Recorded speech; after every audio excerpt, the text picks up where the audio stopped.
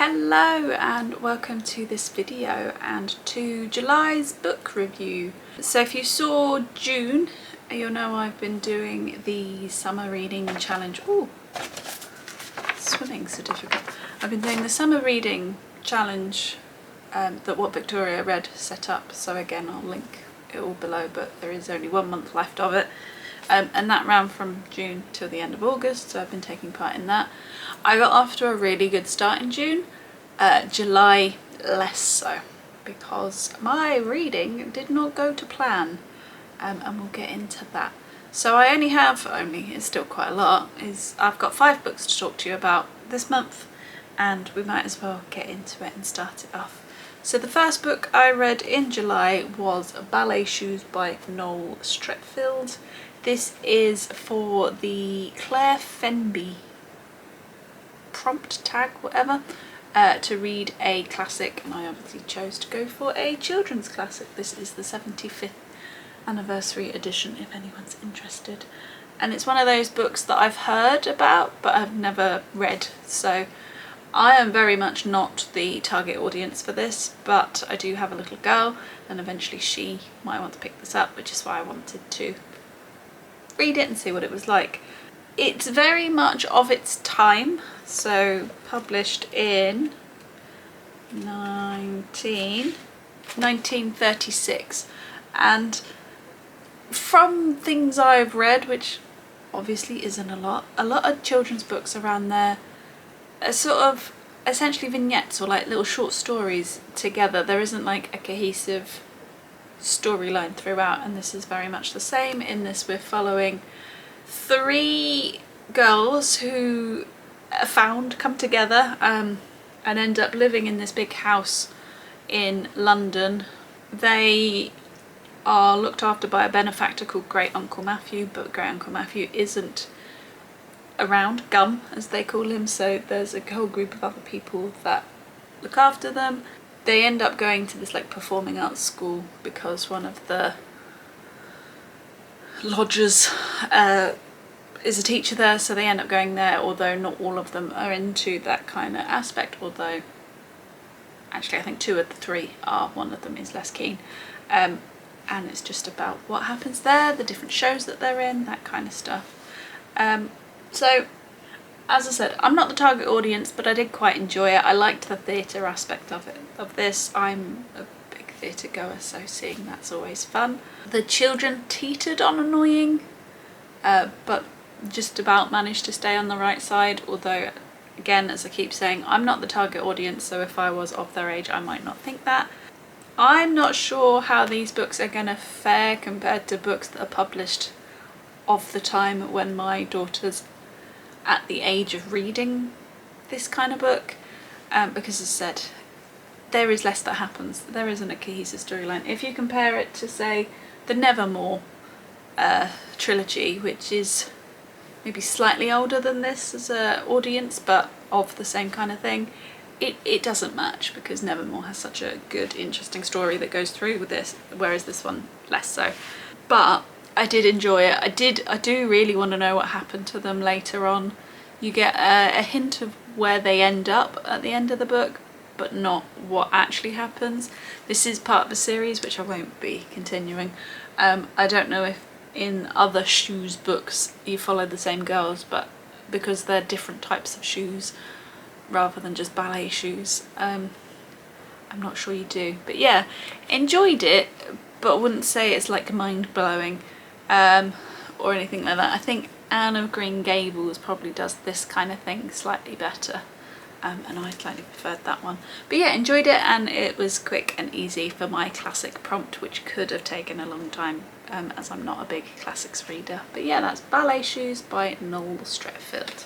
I then went on to my book club pick, which I got from the library, so I'll put in a picture, and that is In the Lives of Puppets by T.J. Klune, and this is my Brittany Loves Reading prompt, which is to read a retelling, because In the Lives of Puppets is a Pinocchio slash Swiss Family Robinson retelling. As I said, we read this for book club. It was our lowest rated book across the board for book club. I sat on a table with 4 others, so there was 5 of us. Only 2 of us had finished the book, me being one of them. Yeah, it's not good. And this is why my reading didn't go to plan, because this took me so long to get through. I only just finished it in time for the book club. I finished it literally the day before, and I'd been reading it for like 2 weeks. In this, we are following a group of people. So we've got Victor, who is human, and then he is surrounded by some others who are all robots in a world where everything is a robot. They then find a disused robot in the scrapyard. They bring it back to life and all of that kind of stuff, and from there that sets off a whole chain of events where the like Geppetto figure is taken and they have to go and save him and all of that kind of stuff. But I just didn't get on with it. So much so that I either skim read it, I kept falling asleep while I was reading it, I just didn't care. Which is a real shame, because I have read House on the Cerulean Sea by the same author and thought that was really good. If I can, I'll find the video where I spoke about that one. And that is a loved book, and understandably so. I mean, I didn't like it quite as much as everyone else maybe does, but I did really enjoy it. But this one, oh no, I just couldn't get into it. I quite enjoyed Nurse Ratched to begin with, and thought her sort of sarcastic way of things was fun, but I just found that throughout the book they all just sort of lost their personalities and it just got dull. Let's be honest, Pinocchio is not my favourite story, but even that bit just became more and more obvious in it, and less of a retelling and more of just a, now we meet the blue fairy, we're going to ride in a whale now, that kind of thing. I was a bit like, that's not a retelling, that's just telling. So yeah, it just didn't work for me at all. TJ Klune does do a good job of found family and that kind of aspect, and this had that in it. That sort of band of misfits, does write that well. Just, as I said, just didn't work for me. And there was this whole weird thing where it was quite sexualized, but only to hammer home the point that our main character was asexual. There was an awful lot about bowel movements, which I don't really know why we needed that in there. And as I said, my book club hated it and I wasn't a fan. I gave it 2 stars. So yeah, the worst book I've read this month, definitely. In fact, one of the worst books I've read this year. Has really put me off reading anything else by TJ Klune. There is a sequel to House on the Cerulean Sea that I may pick up at some point, but to be honest, I've now been put off a bit, so I'm not sure that they're going to be an author for me. So yeah, that is In the Lives of Puppets by TJ Klune. So while I was trying to struggle through the puppet book, I also had an audiobook going, but I do also have a physical book here because it's Pete's, he got it for Christmas, and that is the Will Smith autobiography, or Will, if you will. So as I said, I listened to this on audio, and this I have put to the book theme named Mel prompt, which is to read a BIPOC author, so he's black, so that works. Although I know that it is also with Mark Manson, but hey. Will Smith read the audiobook, so that's why I'm counting it as that. And I think doing it via audio was the right option. I really enjoyed the production of it. You got snippets of the songs, and he added in different music and clips from Fresh Prince and all of that kind of stuff, and it just worked well. And obviously Will Smith is a very good actor, so reading his own story, he was able to really bring it to life. But I think if I read it physically, I would have struggled with it a bit more. He does go off on a tangent, and some of the bits you're a bit like, I don't really care where you're going with this. So reading it, I think there would have been lots of lulls in the pacing, but having listened to it, it made it easier to do so. I don't think Will Smith actually comes across that well in this book. It's very honest. But I also am not convinced that he has learnt a lot from the situations that he's been in. He says he has, but I'm not convinced that the lessons have been heard or learnt from. But hearing his sort of truth of it is and was very interesting, and I enjoyed it, and I wanted to listen to this one far more than I wanted to read In the Lives of Puppets. Having said that, this is pre-slap. This came out pre the Oscars slap, so again, would be interesting to have had that aspect in it, because those are some of the themes that also come up in this book where I say I'm not sure he's fully learnt. I think I would have liked having a little bit more behind the scenes of the TV shows and the films. We got a reasonable amount for Fresh Prince, which I liked. We got a lot for Ali, which is actually a film I've never seen, but that was very interesting.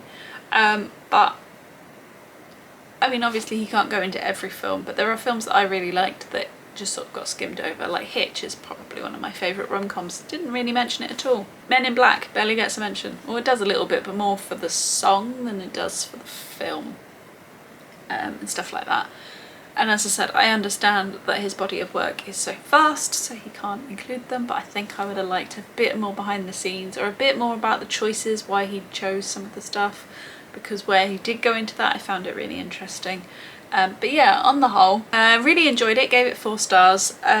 It's not one that I would revisit, but I'm glad I have listened to it. Will Smith is an actor that I've enjoyed a lot of his films. There's also a running inside joke with Jeff and Will Smith, but that's beside the point. So when he's talking about Jazzy Jeff and he's saying Jeff and me do this, Jeff and me do that, highly amusing for me just because of our inside joke, and people like my family and Pete and stuff will understand why I find that funny.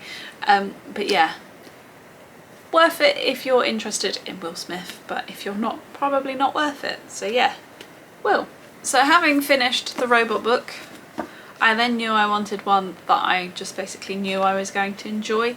So I read One to Watch by Kate Stayman London, and thankfully it was a 4.5 star for me, and I really enjoyed this one. And put this to Olivia Catastrophes or Olivia Savannah, I don't really know what the title, I think it's Olivia Catastrophe, to read a book over 400 pages, and this one is, excluding the acknowledgements, 417. In this we are following B, who is a plus size fashion blogger, like online Instagram person essentially, as she is approached after a viral blog post about a Bachelor-esque show to be the main squeeze. That's the name of the show. So basically to be the picker. So she'll have 25 guys to pick from. And as a plus size woman, that is not something that they've done before. So you're following her as she's going through that show and the different men that she's meeting there. I really enjoy a reality show element in a book. I don't know why, it's just something I really like. The Shelf by Helly Acton is one of my favourites. That's the one that always comes to mind when I think of reality show ones. There was also one that I read, is it The Dating Game, I think it's called, by Sandy Barker? It's up there somewhere. But that also is a similar kind of thing. I just always really enjoy them, and I still don't know why, but I do. So, like a reality show, it had me hooked. I wanted to see what happened in each episode. I wanted to know which men she was going to pick. I did think it was a little bit predictable at points. You kind of knew where it was going to go. But what made this one more unique is to have that plus size character and that conversation around fat phobia and expectations around that and people's perceptions and etc, etc. So that made it have a slightly different hook to it, which was good. It was obviously a very easy read. It had me, I read this so quickly despite it being a big book, and it has some sort of like mixed media elements. So at the beginning or throughout you get snippets of people's text conversations. There's like Twitter threads and forums and things like that of just people going through the show. That's how they let you know what's going on in the show. Sorry if it's all changed, my memory card went and I think my battery's about to go, so fingers crossed we get through this. But yeah, One to Watch, my favourite read of the month by far, and very glad that I got to it. It's one of my gifts, so that's the sort of prompt I went for my own little challenge. So if you've been following along for a while, I'm sure you can guess what's coming next, because I've been doing one a month for the past 4 months, but it's Bridgerton time. So this one is the 4th Bridgerton book. although is based on the 3rd series, which I've actually just watched the 1st episode of. And this is Colin's story, so this is Romancing Mr. Bridgerton by Julia Quinn, and I've put this, it's a bit tangible, but I have put this in the historical fiction prompt, which is Queenie Reads. So as I said, this is Penelope and Colin's story, and we are several years in the future, or further on than the 3rd book with Benedict in it. And I enjoyed it. I think this is probably my favourite Bridgerton so far, and that's partly because we have more than just the romance in it. We have all of the aspects around Lady Whistledown as well, which added an extra element to it. And Penelope is probably my favourite character in the series so far. I think she's smart and witty, but then when she's in social situations she becomes, because she's probably more introverted, she becomes a bit more awkward, and that is entirely what I would be like. But Penelope I relate to a lot for that kind of reason, and I imagine I'd be very similar to her if I was in the ton. Colin, possibly my favourite male, definitely my favourite male Bridgerton at the moment, although he does go through some strange aspects in this book, because he always seems to be angry, which is not how Colin is always portrayed in the show, but definitely in this book. This is also a friends to lovers trope, which is one I enjoy, so that aspect too is possibly why I liked it more so. Obviously we've had enemies to lovers, which is not my favourite.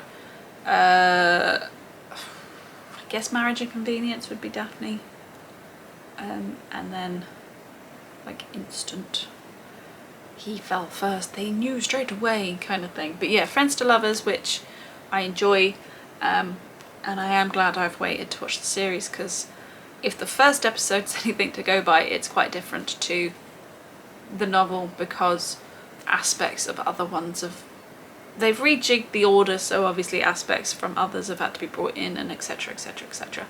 But 3.5 stars like all the other Bridgerton books that I've read so far, but possibly my favourite so far in the series. And yeah, expect another one next month. So before I do run out of battery, that was my July reading, and as I said, not quite what I was hoping for. I was hoping to at least get Love Struck read as well, which is the oldest book on my TBR so far, so that's the prompt that I missed. If again you've been watching for a while, you know I've got my sort of 4 aspects of book club in a series, a gift, and the oldest on my TBR, so I've missed that 4th one this month. But yeah, it's okay, we move. We're now going into August, we'll see what that brings, and I hope you've enjoyed this video, so if you have, please give it a thumbs up. If you haven't already, please go ahead and subscribe, and I will see you in the next one. Bye!